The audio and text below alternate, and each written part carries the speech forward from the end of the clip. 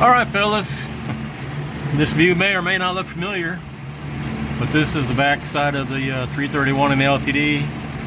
I pulled the clutch out because I could not stand it. It was really a pain in the butt. The thing was grabbing right off the floor. It was a little catchy, so I brought it in here and pulled the transmission out. And this is what the flywheel looks like. That's the XTD, I think it is, from eBay, 17-pound flywheel, steel flywheel. But it looks pretty good shape, so I ain't gonna have to mess with that. I thought I'd have to put the DA sander to it or something, but it looks fine. I'll just clean her off and put the new clutch on, and I will show you that in a minute. Hold on.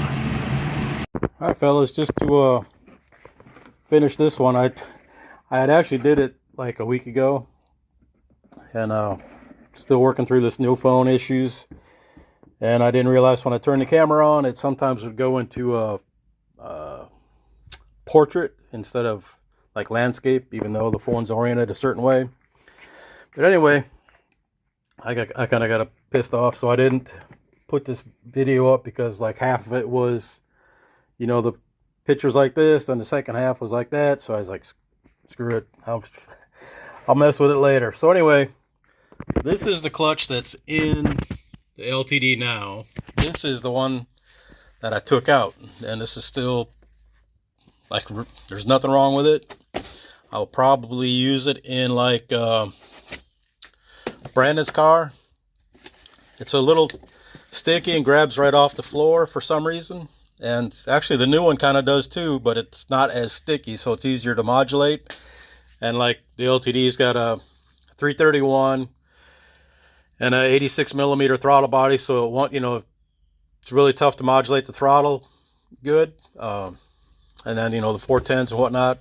Brandon's car is getting a 306 Holly intake, a 80 millimeter throttle body, and it'll have 373, so it'll be a little bit easier. And maybe with the other style quadrant, the standard style quadrant, it won't be grabbing off the floor quite so much.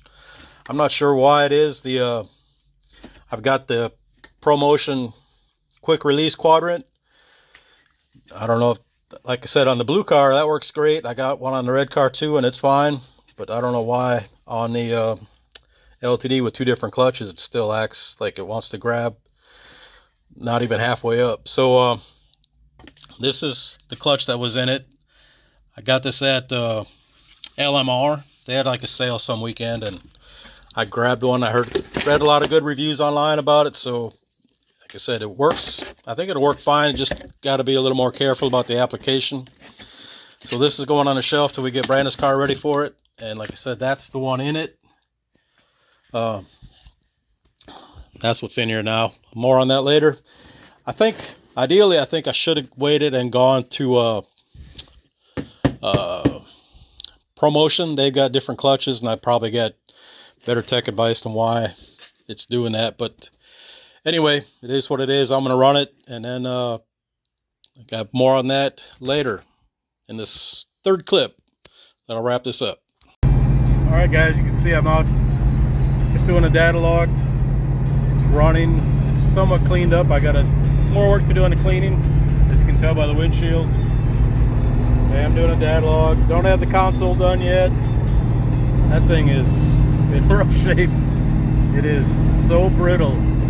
Try to fix one crack and make another one. But we're getting there. Right now I'm just trying to get this so I can drive it, get some miles on it, get the clutch broke in, get the tune kind of dialed in, because idle's been giving me fits, but we're getting there. Anyway, that was just all kind of the last thing with this. Hopefully the clutch isn't still what I would like, what I would prefer, but might have to ride it out for now. Tighten up that cable later on if I still don't want to behave right. Anyway, we'll wrap this up and get this posted on YouTube, and try to keep this garbage under 10 minutes, whatever it is. All right, appreciate y'all. Later.